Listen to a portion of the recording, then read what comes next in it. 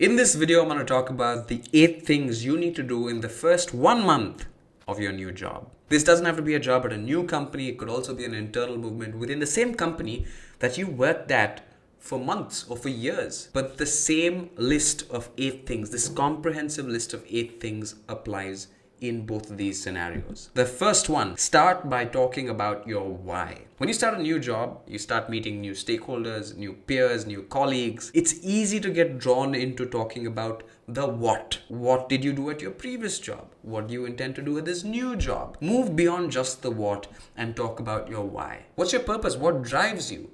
Why is it that you chose this new role and what makes it so exciting for you? This will automatically make a long-lasting impression in your listener's mind. The why of the conversation is so much more human than the what, because emotions are involved, feelings are involved, and emotions and feelings stick. The second one, ask people what they expect from you. The first few weeks of this new job, are spent just meeting new people. Many of these will happen to be your stakeholders, so why not ask this question early?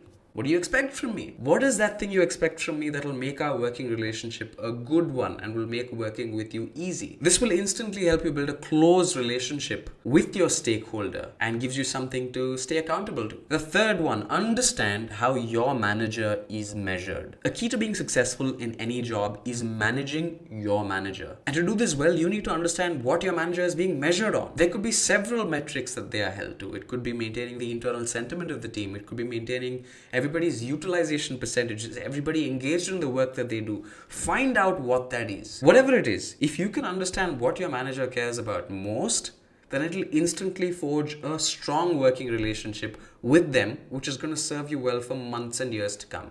Because it's not just making their life easy, it's also helping them help you. The fourth one is memorize the org chart. This is something I say all the time. Memorize the org chart. I spend an awful amount of time on the office directory just understanding who I'm working with. People really like it when you know their name and know what they do, especially when they least expect you to do so. Imagine you walk into a room and meet a person you've never met before and you suddenly, surprisingly happen to know their name. How well would they remember you on your next encounter? In these first few weeks, you meet so many people that it can be easy to forget names. Put in extra effort into memorizing these names. Fifth one is create your pitch. You've already got the job, by the way. You don't need to sell yourself further, but wait a second, you do. You need to prove to your peers and colleagues that you're somebody who's reliable, works with integrity, and who's somebody that can be entrusted with responsibility. Create and perfect your elevator pitch, something that's 30 seconds to 60 seconds on who you are and what it is that you do. And remember the first point, keep the why. Keep the why as an integral portion of your elevator pitch. Number 6, learn as much as you can about the organization, about the company, or about the team. The first month is usually less busy. You're usually just trying to understand who it is that you're working with and the wider team.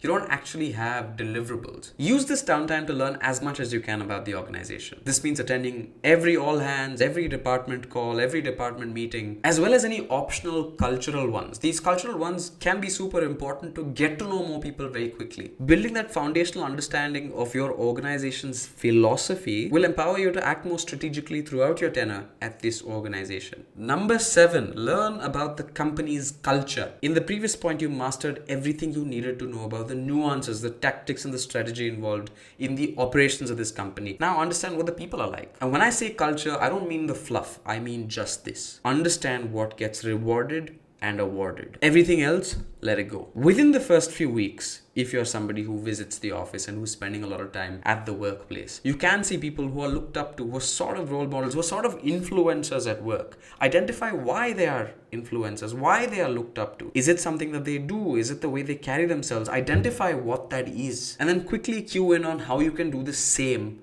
as quickly as possible. And finally, understand your metrics. You need to fully understand how you're being judged. It's all well and good to identify the influencers within the company and trying to cue in on their traits. But you also need to be realistic and understand what are the traits you're being measured on. You cannot let the ball drop. What does your boss and your boss's boss care about the most when it comes to your work? Perfect that first, and here and only here, edge on the side of over communication. Over communicate the things that you do and don't leave anything to chance. If there's any doubt in your mind about how you're going to be judged, ask your boss. The clearer it is in your mind, the easier the chances of you succeeding in your role. These were the 8 different things you can do in the first month of your new job. Talk about your why, ask people what they expect from you, understand how your manager is measured, memorize the org chart, create your pitch, learn as much as you can about the organization, learn about the company's culture, and finally understand your metrics. If you found value in anything I've said so far, do consider subscribing to this channel and hitting like on this video. It's free for you, but it helps this channel out. And if you're somebody who's curious about how senior executives need to be spoken to, expert tips when it comes to presenting